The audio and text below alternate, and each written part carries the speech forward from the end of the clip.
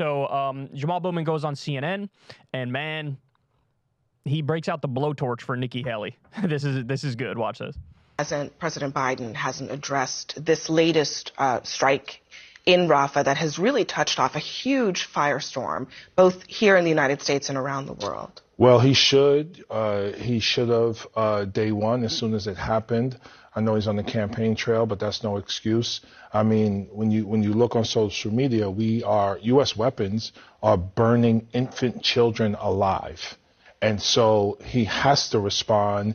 We cannot send another weapon or another dollar to Israel and Benjamin Netanyahu at this point, because they have been moving forward with what the ICJ has called a plausible genocide. And everyone sees it. My district sees it. The country sees it. And we have to stop it. We need a permanent ceasefire. I want to show you what Nikki Haley, the former Republican presidential candidate, what she wrote on such bombs as we've been discussing. These are bombs that presumptively would be used in Rafah.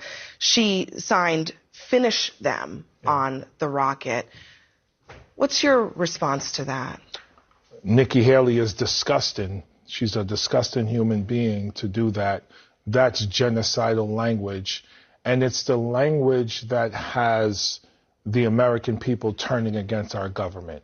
Why do we continue to support not just the consistent attacks in Gaza, but the forever wars? There are people in our country, their entire lives, me included, seems like we're constantly at war with someone, spending trillions, killing millions, while people are suffering and starving and dying right here in our country. That is gross, that is disgusting, and Nikki Haley should be ashamed of herself. So he said, that's disgusting. She's a disgusting human being. True. Absolutely true. I mean, the way everything about it, too. She had like the little heart on there, like, you know. I know. Like a teenage girl signing a love letter or a yearbook. Or grotesque. And, you know, she's over there, too, to tie it in with the campaign. I mean, she's, lost. She's auditioning for VP. She's auditioning for VP. That's exactly right. She thinks this is the way to get in Trump's good graces, and she may be right about that. The same thing, Elise Stefanik. I mean, that's how she's really come into prominence, is through the whole like anti-Semitism hearings and the, insanity that she stoked in the college protest crackdown that she really was at the heart of creating.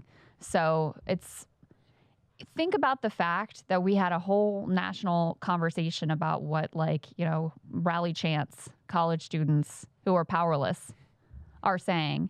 And then you have babies incinerated inside of their tents by an American bomb, and Nikki Haley there finished them, signing that on a bomb. And Biden gave a speech to shit on the pro-Palestine college kids and call them criminals. And he hasn't said, where's the comment on this? He hasn't even released a statement about it. Nothing. And you're not Crickets. just talking about what Nikki Haley has said. He hasn't said anything about Rafah. That's what I'm saying. That's what I'm talking about. The administration has put out, they put on a little, we're investigating what. But in terms of him expressing horror we saw the images, actual decapitated babies, incinerated, children screaming in agony because their bodies are burnt and there's no anesthetic. And you put on a statement about every little thing that happened on a college campus. You don't have shit to say about this. This happened with an American-made bomb. Talk about disgusting humans. By the way, 2 more U.S. officials resigned over Biden's position on Gaza. Oh, I saw one. Yeah. Another one? Yes. I want to read you part of this from The Guardian. Alexander Smith, a contractor for the U.S. Agency for International Development, that's USAID, said he was given a choice between resignation and dismissal after preparing a presentation on maternal and child mortality among Palestinians. Wow. Which was canceled at the last minute by USAID leadership last week. Wow. So I now didn't see that one. People try to come out and you just do a fucking report on stuff like this and they get fired. Wow. Or they're forced to resign. The other one that left was a career State Department official who was involved in the drafting of that report that they put out that was like, no, Israel's not blocking humanitarian aid. They're not committing war crimes. We can still ship them weapons. And she said, this is outrageous. This is absolutely insane. Of course, I mean, obviously they're committing war crimes, but specifically, obviously, they are blocking humanitarian aid.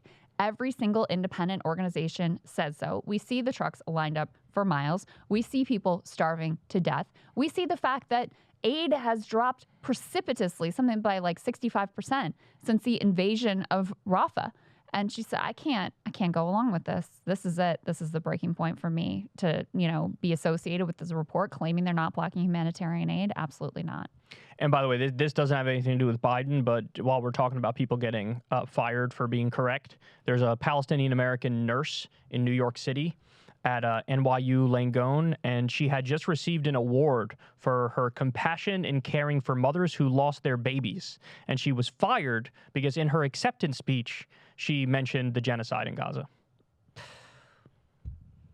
Wow. Wow. You want to talk about the myth of free speech in this country? You say the wrong thing about the most important issue, you're fucking toast, man. Yeah. You're kicked to the curb. That's right. With what we do, there's literally no way we could do what we do if it was part of an official structure, an already existing company. Nope. I would have been fired 79 times just within the past 2 months. Yeah, I was surprised you saw Simone Sanders said just like a little mild criticism of the State Department, lying and pretending like they don't see the tanks going into Rafah, pretending like they don't know whether the weapon was U.S. made, et cetera, even though so many mainstream outlets have reported all of these things.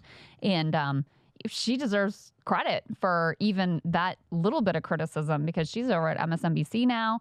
She depends for her future on her connections within the administration, et cetera. So even for her to say that, and then you imagine, actually being fully honest and really telling the truth and really talking about what's happening, not possible in a mainstream setting. When the most rank careerists are even chirping up and being like, you know what, I don't know about that. What does that bode for the election, bro? What does that look like for the election? Yeah, when you saw they moved the whole DNC online, the nominating part. They moved it completely online. Gee, I wonder why. Ohio. That's why. Yeah, no, that's why. Or COVID or something. It's definitely not the fact that you're fucking hated by your own base. Yeah, you're terrified of your own voters. Great position to be in. Disgusting. Hey guys, we spoke to Norm Finkelstein this episode, and he did a really long and detailed explanation of what has now been proven to be a giant Israeli/IDF/Mossad blackmail ring. Blackmail operation. And so if you want to learn about the specifics of that and stories that we know have been proven of blackmail by Israel in the recent past, definitely sign up on Substack for Crystal Kyle and friends. We get into that and much, much more.